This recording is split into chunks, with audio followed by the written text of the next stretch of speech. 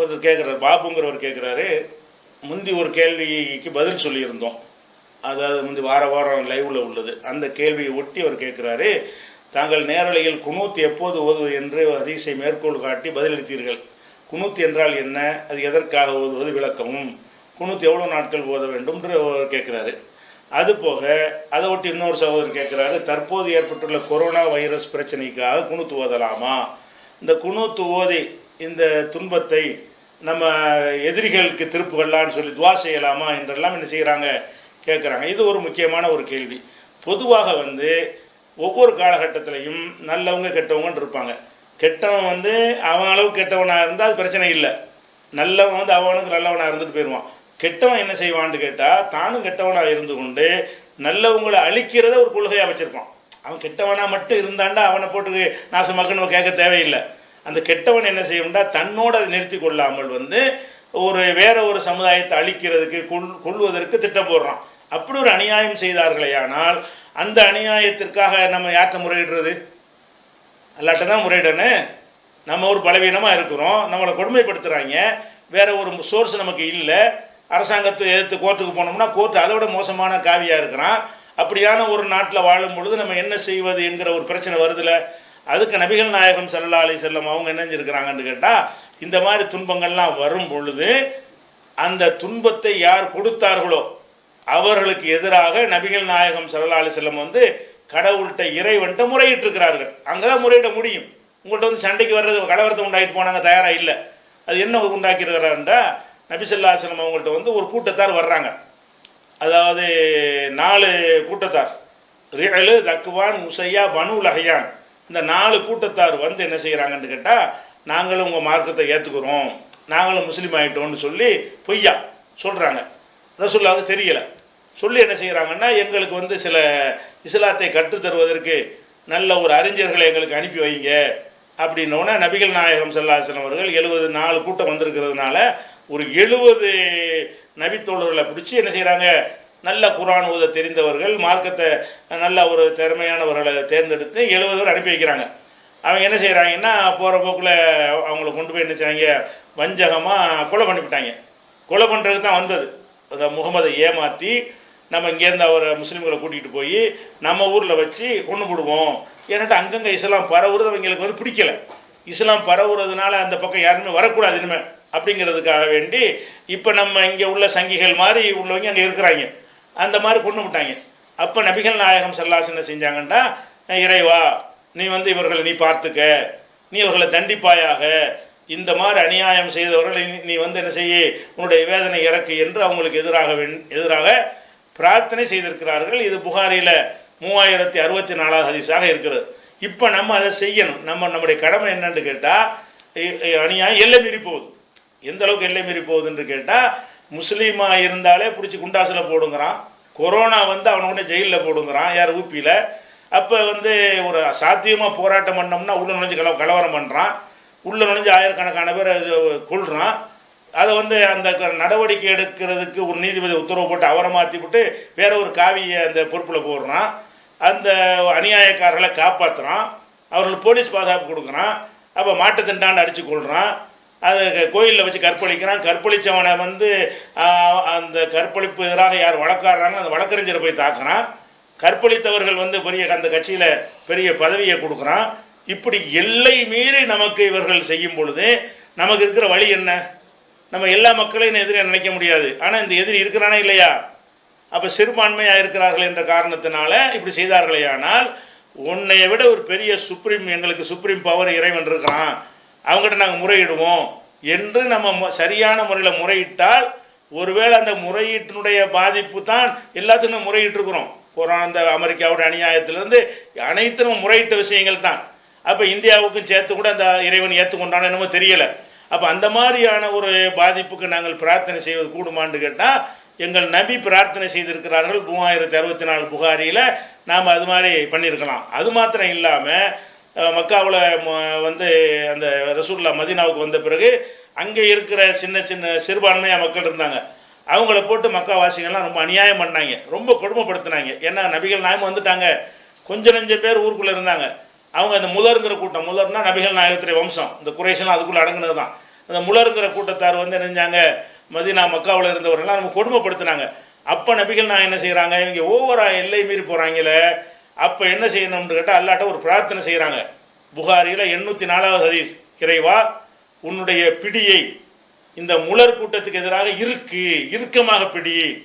வஜால்ஹா அலைஹிம் சினீன கசினி யூசுப், யூசுப் நபி காலத்தில் ஏற்பட்ட பஞ்சத்தை போல 7 ஆண்டு கால பஞ்சம், அந்த 7 ஆண்டு கால பஞ்சம் போல இவர்களுக்கும் இப்போ 7 ஆண்டு கால பஞ்சத்தை கொண்டு கேட்குறாங்க. பொருளாதாரத்தில் ஒட்டச்சா தான் அடங்குவாங்க. எல்லாமே நம்ம இப்பவும் பார்க்குறோம். பொருளாதாரத்தில் அடி உளுந்த பிறகு தான் சங்கிகள்லாம் மன்னிப்பு கேட்டு தெரியுற காட்சியை பார்க்குறீங்க. வேலை போயிடும்டா மன்னிப்பு கேட்பாங்க. பொருளாதாரம் அடி உழுமுன்னு சொன்னால் நல்ல நான் அப்படி சொல்லலை பாய் அப்படிம்பாங்க. அப்போ ரசூல் ஸல்லல்லாஹு அலைஹி வஸல்லம் எங்கே கை வைக்க சொல்கிறாங்கன்னு கேட்டால், ஒஜால்ஹா அலைஹிம் சினீன கசினி யூசுப், யூசுப் நபி காலத்து பஞ்சம் போல. யூசுப் நபி காலத்தில் 7 ஆண்டு பஞ்சம் வந்துச்சு. அந்த 7 வருஷ பஞ்சம் போல இவர்களுக்கும் தொடர்ச்சியாக 7 வருஷ பஞ்சத்தை கொடுப்பாயாக என்று நபிகள் நாயகம் அவங்க என்ன செய்கிறாங்க, பிரார்த்தனை செஞ்சுருக்கிறாங்க. அப்போ இதில் என்ன நமக்கு விளங்குது, அப்போ இந்த பொருளாதாரத்தை நெருக்கடி இவங்க யார் அநியாயம் பண்ணுறாங்களோ, இறைவா அவங்களுடைய பொருளாதாரத்தை சிதைச்சு நாசமாக்கு, அவர்களுக்கு கஷ்டத்தை கொடு என்று சொன்னால் அது பண்ண தப்பு கிடையாது. அதெல்லாம் நம்ம அப்படிலாம் செய்யக்கூடாது, அப்படிலாம் கிடையாது. அது நேர்வழி கொடுக்குறது எல்லாம் கொடுத்துட்டு போகிறான். நபிகள் நாயகம் ஏன் செஞ்சாங்க, அந்த முலருங்கிற கூட்டத்தார் அநியாயம் பண்ணு, அவன் சும்மா இருந்தான்னா அவன் போய் செய்ய மாட்டாங்க. அவன் என்ன செய்கிறான்னு கேட்டால் அவன் ஒரு வேற ஒரு மார்க்கத்தில் இருந்து கொண்டு அதை அவன் கடைப்பிடிச்சிக்கிட்டு நம்ம இதை கடைப்பிடிச்சிட்டு போனால் அவங்களெலாம் பிரச்சனை கிடையாது. இவன் என்ன செய்கிறான்னு கேட்டால், முஸ்லீம்னு ஒருத்தன் இருக்கக்கூடாது. மக்காவில் முஸ்லீம்ங்கிற பேரில் ஒருத்தருக்கு விட மாட்டோம்னு சொல்லி அநியாயம் பண்ணுறாங்க. அந்த அநியாயம் பண்ணும் பொழுது அப்போ நீ உனக்கு பிடிக்கலன்னா நீ அந்த மார்க்கத்தில் வராத, உன் மார்க்கத்தில் இருந்துக்க. அதுக்கே அவனை போட்டு அடிக்கிற, அவனை இது கொள்கிற, அவனையும் சித்திரவதை பண்ணுற அப்படிங்கிறதுக்காக வேண்டி நபிகள் நாயகம் ஸல்லல்லாஹு அலைஹி வஸல்லம் செய்கிறாங்க, இந்த வறுமை பசியை கொண்டு என்ன செய்கிறாங்க, பிரார்த்தனை செய்கிறாங்க. அப்போ இது அல்லாட்ட நம்மளும் கேட்கலாம், இறைவா இந்த பொருளாதார வலிமையின் காரணத்தினால தான் இந்த அமெரிக்காவில் இந்த ஆட்டம் போடுகிறது, அவர்களை நீ முடக்கு, அவருடைய பொருளாதாரத்தை செத்துச்சு சின்ன பின்னமாக்கு, அவர்களுக்கு உன் இருப்பை உணர்த்து, நீ ஒருத்தன் இருக்கிறாய் என்பதை நீ காட்டு என்றெல்லாம் துவா செய்யலாமான்னா கண்டிப்பாக பிரார்த்தனை. வேறு எங்கே நாங்கள் முறையிடுறது, பாதிக்கப்பட்ட சமுதாயம் யாற்ற முறையிடுறது? அப்போ இந்த புனித ரமணானில் நாங்கள் இறைஞ்சுவோம், கண்டிப்பாக கெஞ்சுவோம். இறைவன் வந்து அந்த பிரார்த்தனையை ஏற்றுக்கொள்வான்ற நம்பிக்கையோடு நாங்கள் செய்வோம். அதுக்கு எங்கள் நபி வழியில் என்ன இருக்கிறது, ஆதாரம் இருக்கிறது. இன்னும் சொல்ல போனால்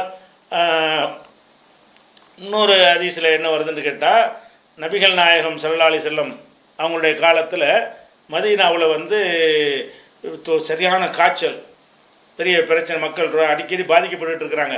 அப்போ நபிகள் நான் என்ன செஞ்சாங்கன்னு கேட்டால், இறைவா இந்த காய்ச்சலை கொண்டு எங்களை சோதிக்காதே அப்படின்னு மட்டும் கேட்டு இருக்கலாம். அப்படி கேட்டதோடு என்ன செஞ்சாங்கன்னு கேட்டால், அவங்க ரொம்ப பெரிய அநியாயம் செய்த ஒரு பகுதி ஜுஹுஃபான்னு ஒரு பகுதி இருந்தது. அங்கே ரொம்ப அநியாயக்காரங்க இருந்தாங்க. அங்கே உள்ளவன் தான் அந்த சிறுபான்மை மக்களை அழிக்கிறது, முஸ்லீம்களை கொடுமைப்படுத்துறது, இந்த மாதிரியான ஒரு கூட்டம் இருந்தார்கள். அப்போ நபிகள் நான் என்ன செஞ்சாங்கன்னு கேட்டால், ஒன்குல் ஹும்மாஹா இலல் ஜுஹுஃபா, இறைவா இந்த காய்ச்சலை எங்களுக்கு வேணாம், எங்களை காப்பாத்திரு, இதை வந்து ஜுஹுஃபாங்கிற பகுதிக்கு இறைவா நீ அனுப்பிடு.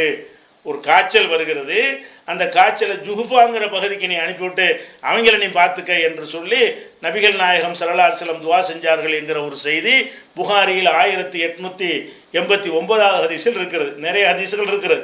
அப்போ ஒரு துன்பம் வருகிறது என்று சொன்னால், யாரெல்லாம் அந்த கொரோனாவை தருகிறாய், ஒரு ஊரை எடுத்துக்கிறோமே, ஒரு காயல்பட்டினம், ஒரு மேலப்பாளையம், ஒரு முஸ்லீம்கள் ஊர் இருக்கிறது, இறைவா எங்கள் ஊருக்கு வேணாம், இதை வந்து யார் அநியாயக்காரன் இருக்கிறான் அவன் பக்கம் நீ தள்ளு, யார் அக்கிரமம் செய்கிறானா, எல்லா அப்பாவி மக்களுக்கு இல்லை, முஸ்லீம் அல்லாத மக்களுக்குன்னு கேட்டக்கூடாது, யார் இந்த மாதிரி வந்து மாட்டு இறைச்சின்னு சொல்லி கொள்றானோ, அப்பாவிகளை சித்திரவதை பண்ணுறானோ, ரவுடித்தனம் பண்ணுறானோ, காவியை உடுத்திக்கிட்டு துப்பாக்கியும் கத்தியுமா திரிக்கிறானோ, அந்த மாதிரியான ஆட்களுக்காக வேண்டி பேரை சொல்லி என்ன செய்யலாம், இறைவா இந்த நோயை அவர்களுக்கு நீ திருப்பு, இதோடு அவர்கள் முடிவு கட்டு, நாங்கள் பலவீனர்களாக இருக்கிறோம், நீ தான் அதை செய்ய தகுதி படைத்தவன் என்று நாம் அதை சரியாக செய்யலை, அதனால ஆட்டம் போட்டுருக்குறாங்க.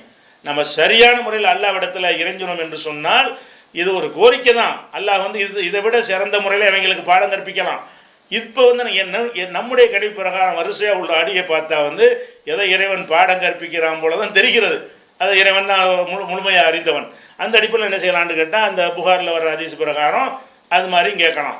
அது மாதிரி நல்லவங்களை பேரை சொல்லி இவங்களை காப்பாற்று, அவங்கள காப்பாற்று என்ற ஒருத்தர் நல்லவர் இருக்கார், ஒருவரை எப்படி நம்ம அநியாயம் பண்ணுறாங்க, அந்த அநியாயம் பண்ணுற ஆட்களை எல்லாம் காப்பாற்ற சொல்லி தொழுகையிலே இந்த குனூத்துலையே துவா செஞ்சுருக்கிறாங்க ரசூல் ஸல்லல்லாஹு அலைஹி வஸல்லம். அதாவது மக்காவில் ரசூல் ஸல்லல்லாஹு அலைஹி வஸல்லம் ஹிஜ்ரத் செஞ்சு வந்த பிறகு மதீனாவில் சில பேர் மக்காவில் சிலர் தங்கியிருந்தாங்கல்ல, அதில் வலீத் பின் வலீதுன்னு ஒரு ஆள், சலமா பின் ஹிஷாம்னு ஒரு ஆள், ஐயாஸ் பின் நபி ரபியான்னு ஒரு ஆள், இந்த 3 பேர் பேரையும் ரசூல்லா சொல்லி, இறைவா இந்த 3 பேரை நீ காப்பாற்று. அவங்க அந்த ஊர்க்காரங்க அந்த 3 பேரையும் கொடுமைப்படுத்துகிறாங்க மக்காவில். இந்த நியூஸு ரசூல்லாவுக்கு வருது. அப்போ நபிசல்லாஸ் என்ன செய்கிறாங்கன்னா, அந்த அவங்க 3 பேர் பேரையும் சொல்லி, இறைவா வலீது பின் வலீதை நீ காப்பாற்று, சலமா பின் ஹிஷாமை காப்பாற்று, ஐயாஸ் பின் நபி ரபியாவை காப்பாற்று என்று சொல்லி அல்லாஹ்விடத்தில் என்ன செய்கிறாங்க, அவங்க துவா செய்கிறாங்க.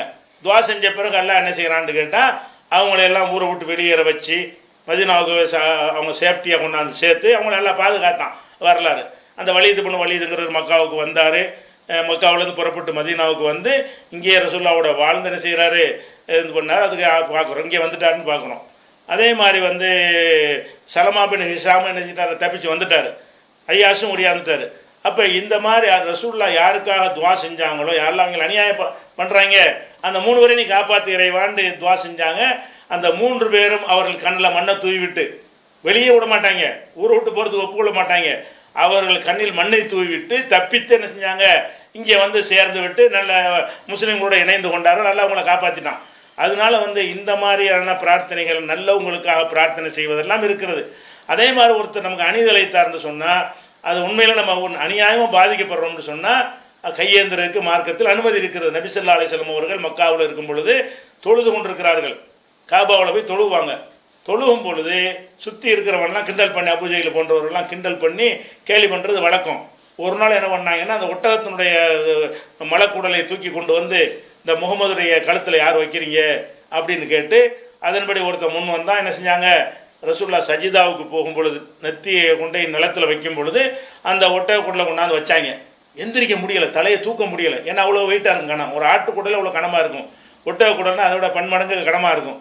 அப்போ ரசூல்லா இது பண்ணி இப்படி செய்கிறாங்க என்று கேள்விப்பட்டு அவங்க மகள் ஃபாத்திமா ஓடோடி வந்து அதை அப்புறப்படுத்தி என்ன செய்கிறாங்க, அதை அவங்கள இது பண்ணுறாங்கன்னு பார்க்குறோம். அப்போ எல்லாம் கைகூட்டி சிரிக்கிறாங்க.